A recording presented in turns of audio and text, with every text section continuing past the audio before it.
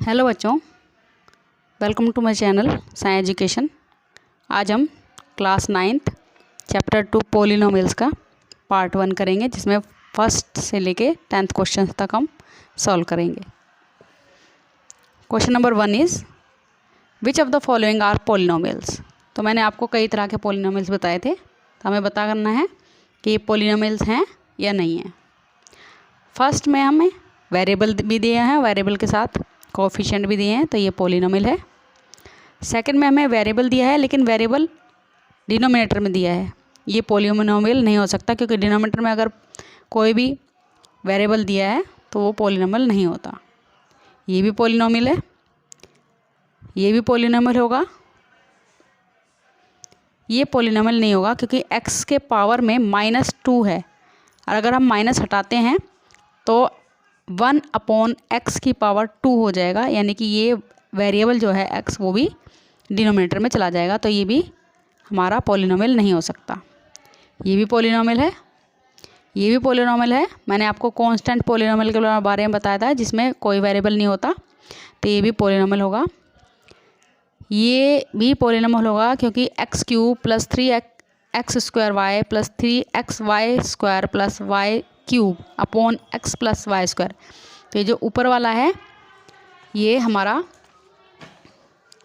x + y की whole cube का formula होता है, और नीचे हमें दिया हुआ है x + y²। तो हम इसको खोल सकते हैं x + y, x + y, x + y 3 बार लिख सकते हैं, और नीचे वाले को भी हम x + y, x + y 2 बार लिख सकते हैं। तो यहाँ से 2 कट जाएंगे, 1 आएगा, और मैंने बताया था अगर नीचे कोई वेरिएबल नहीं है तो वो भी पॉलिनोमियल होता है।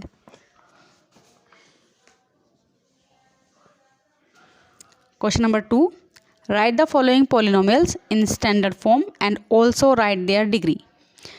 इन पॉलिनोमियल्स को स्टैंडर्ड फॉर्म में लिखना है। मैंने आपको स्टैंडर्ड फॉर्म लिखनी बताई थी कि स्टैंडर्ड फॉर्म किसी की भी कैसी होती है। अगर हमारे पास 2 टर्म्स हैं तो हमें पहले वेरिएबल वाली टर्म लिखनी है, देन कांस्टेंट टर्म लिखनी है। अगर हमारे पास 3 टर्म्स हैं तो हमारे पास पहले स्क्वायर वाली टर्म आएगी, देन हमारे पास x⁻1 वाली टर्म आएगी, देन कांस्टेंट टर्म आएगी। इसी तरीके से अगर हमारे पास क्यूबिक पॉलिनोमियल है तो हमारे पास पहले क्यूब वाली टर्म आएगी, फिर स्क्वायर वाली, फिर बिना स्क्वायर वाली यानी पावर 1 वाली, और फिर कांस्टेंट टर्म। इसी तरीके से हमें लिखना होता है, तो इसको बोलते हैं हम स्टैंडर्ड फॉर्म में लिखना। फर्स्ट क्वेश्चन ये हमारा x⁵ - 2x + 3x³ - 7।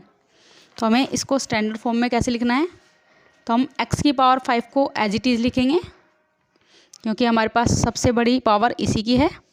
देन हमारे पास 3x⁵ है, फिर हम 3x⁵ लिखेंगे। याद रखना, ध्यान रखना बेटा कि 3x⁵ के सामने प्लस का साइन है, तो हमें प्लस का साइन दिखाना है। फिर हमें 2x लिखना है, इसके आगे माइनस है, देन हमें 2x लिखना है, देन हमें -7 कांस्टेंट टर्म लिखनी है। तो ऐसे ही हमें ये सारे क्वेश्चंस करने हैं। पहले इनको हमें सॉल्व करना है, देन इसको स्टैंडर्ड फॉर्म में लिखना है। Second question 2x - 3² + x - 8। तो यहाँ पर स्क्वायर वाला फॉर्मूला मैंने आइडेंटिटीज़ बताई थी कल आपको, तो स्क्वायर वाला फॉर्मूला लगेगा। ये a है, ये b है, a - b की होल स्क्वायर का फॉर्मूला लगेगा। तो a - b की होल स्क्वायर का फॉर्मूला होता है a² - 2ab + b²। तो यहाँ पर ये फॉर्मूला पुट करेंगे, a² - 2ab + b²। Then plus में हमारे पास x - 8 पहले से ही है, इसको सोल्व करेंगे, आएगा 4x² - 2 × 2 = 4, 3 × 12, 12x + 9, देन + 8x - 8। इसको हमने ओपन कर दिया है। अब 4x² हम स्क्वायर वाली टर्म को पहले लिखेंगे, देन 12x और x, इसको सोल्व करेंगे, माइनस प्लस माइनस हो जाएगा, 12 में से 1 गया 11, और बड़े के आगे माइनस का साइन है इसलिए -11x। देन 9 - 8 इज़ प्लस का 1, यानी कि 9 - 8 बड़े के आगे प्लस का साइन है इसलिए हमने प्लस लगाया। ये इसकी क्वेश्चन की स्टैंडर्ड फॉर्म हो गई। देन क्वेश्चन नंबर 3, यहाँ पर हमारे पास a प्लस बी की होल स्क्वायर है माइनस a माइनस बी की होल स्क्वायर है। तो a माइनस बी का होल स्क्वायर का फॉर्मूला मैंने बता दिया था। a प्लस बी की होल स्क्वायर का फॉर्मूला भी एज इट इज़ होता है, बस इसमें दोनों जगह हमारे पास प्लस का साइन होता है। अब हम इसमें पुट करेंगे आइडेंटिटी, तो a square plus 2ab plus B square, अभी हम इसको ब्रैकेट में लिखेंगे। देन सेकेंड वाले में लगाएंगे हम आइडेंटिटी a माइनस बी की होल स्क्वायर की, तो a square minus 2ab plus B square. Solve करेंगे इसको हम, 3 3 जा 9x स्क्वायर प्लस 2 3 जा 6 6 7 जा 42x प्लस 7 7 जा 49 माइनस, इसको भी खोलेंगे हम,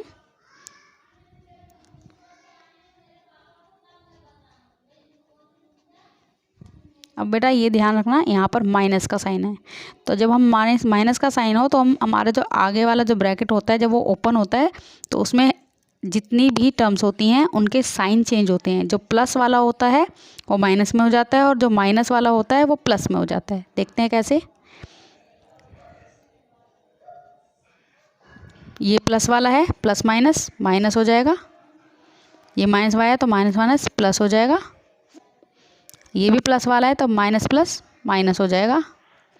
अब यहाँ पे हमारे पास प्लस माइनस ये टर्म कट रही है, प्लस माइनस ये टर्म भी कट रही हैं, और 42 और 42 हमारे पास आ रहा है 84x।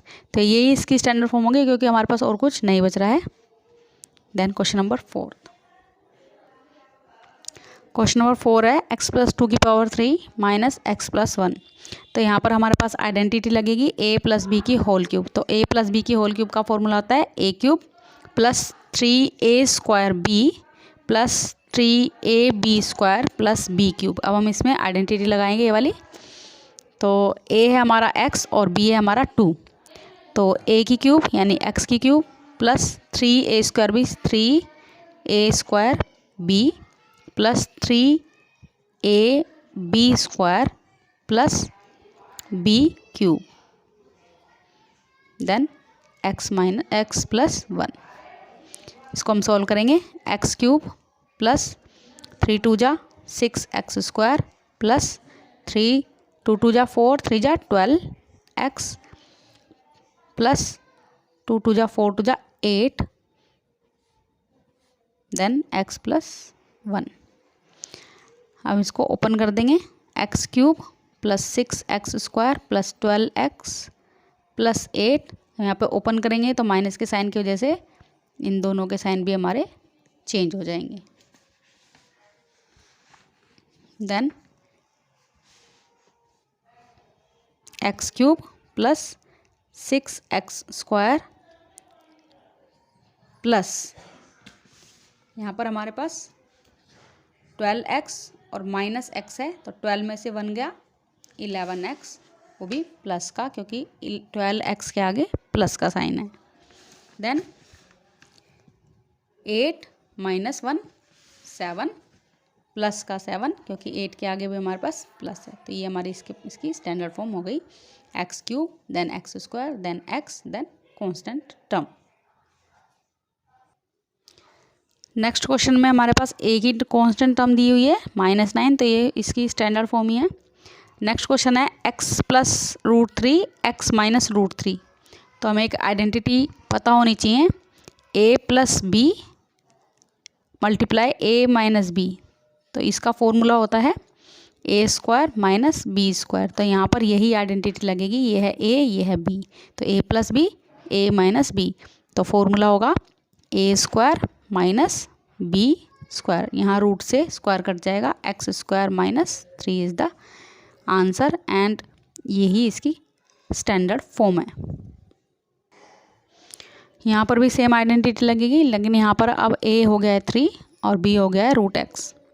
तो a square minus B square, root से स्क्वायर कट गया है, 3 3 जा 9 माइनस एक्स। तो इसको हमें अब स्टैंडर्ड फॉर्म में लिखना है, तो माइनस एक्स आगे आ जाएगा, देन प्लस 9 पीछे आ जाएगा। ये इसकी स्टैंडर्ड फॉर्म है।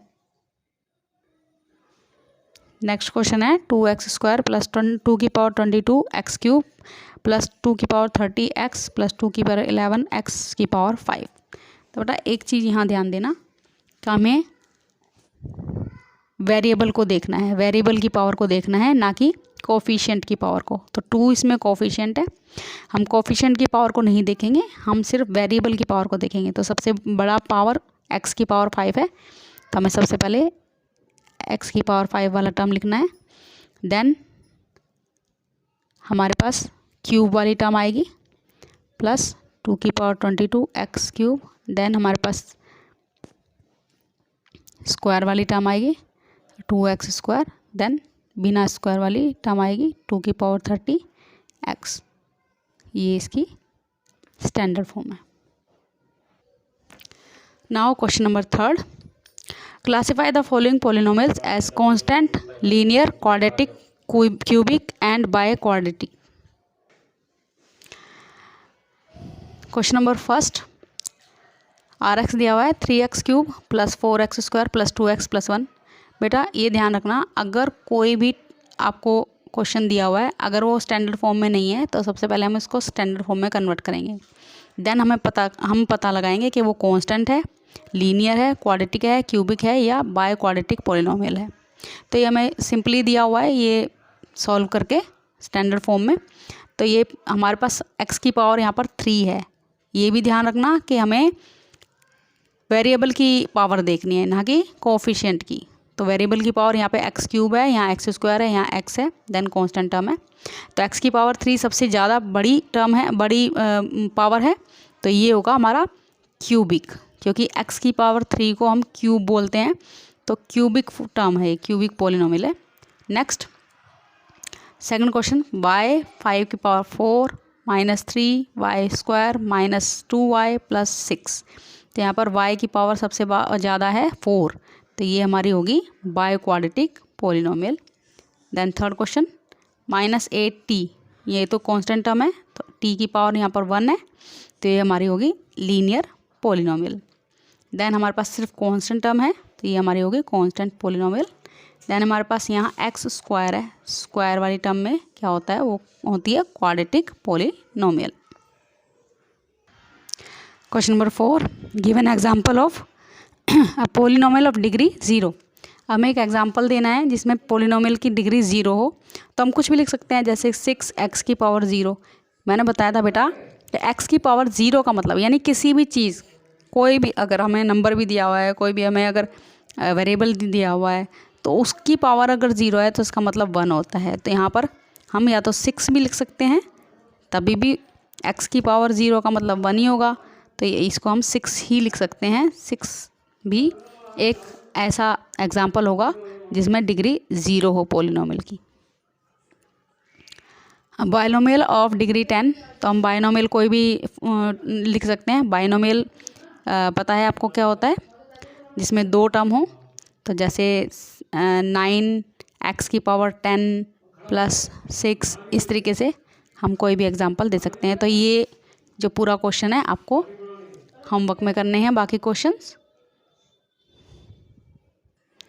Question number 5, find the value of the following polynomials as indicated. तो इसमें पॉलिनोमियल जो है इनकी वैल्यू निकाली है, और यहाँ पर px यानी x की वैल्यू यहाँ पर दी हुई है p2 यानी जहाँ जहाँ हमारे पास इस पॉलिनोमियल में 2 है वहाँ पर हम 2 पुट कर सकते हैं।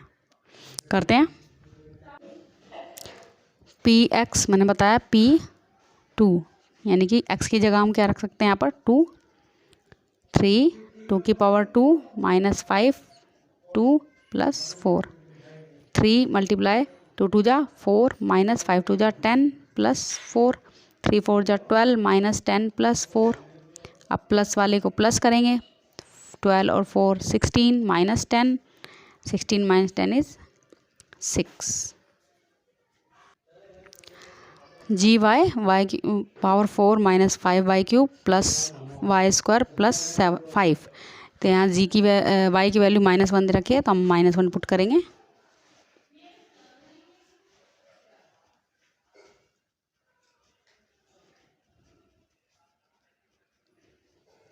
यहाँ पर हमें -1 की पावर 4 दे रखी है। मैंने बताया था जब पावर इवन हो तो माइनस हट जाता है, प्लस हो जाता है, और जब पावर ओड हो तो माइनस का माइनस ही रहता है। तो यहाँ पर पावर इवन है तो माइनस हट जाएगा, 1 आ जाएगा, -5। यहाँ पे पावर ओड है तो -1 का -1 ही रहेगा, प्लस यहाँ पे पावर इवन है, 1 का 1 हो जाएगा, प्लस 5, 1 5 1 जा 5, ये भी प्लस हो गया, +1 + 5, तो 5 5 10 11 और 12, ये इसका आंसर है।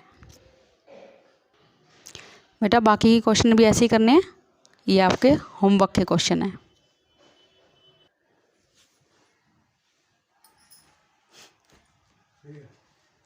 पता ना आंसर तो पीछे है। हाँ, आ जाओ। Question number 7, right the coefficient of x in the following.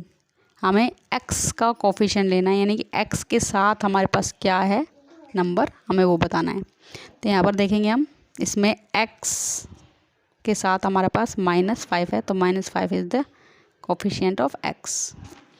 Second question, इसमें x के साथ हमारे पास 2y है, वो भी प्लस का, तो 2y is the answer of this question. Next में हमारे पास x के साथ a² है। नेक्स्ट x के साथ हमारे पास 3/7 है।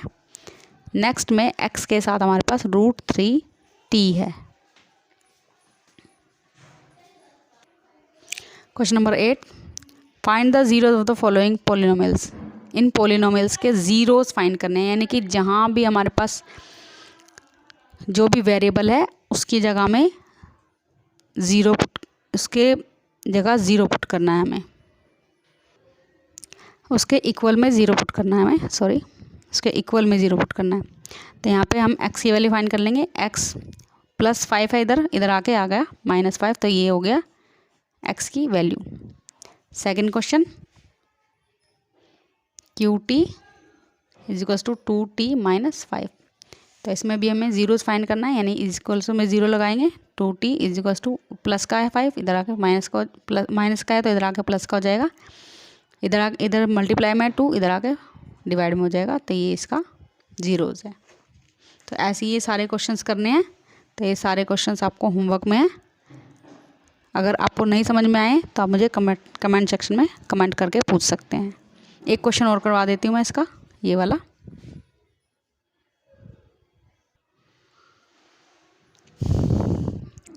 इस क्वेश्चन में बेटा हमें बीच वाली जो टर्म होती है उसको स्प्लिट करना होता है।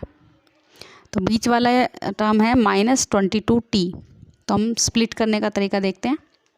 सबसे पहले हम फर्स्ट टर्म और थर्ड टर्म को मल्टीप्लाई करेंगे जो इनकी कोफिशिएंट है, तो 9 8 जा 72। फिर हम 72 का एलसीएम निकालेंगे। 72 का एलसीएम होता है 2 × 2 × 2 × 3 × 3। देन हमें 22 को इस तरीके से लिखना है कि प्लस करके कोई भी दो कोफिशिएंट प्लस करके या माइनस करके हमारा 22 आए, और मल्टीप्लाई करके उनको 72 आए।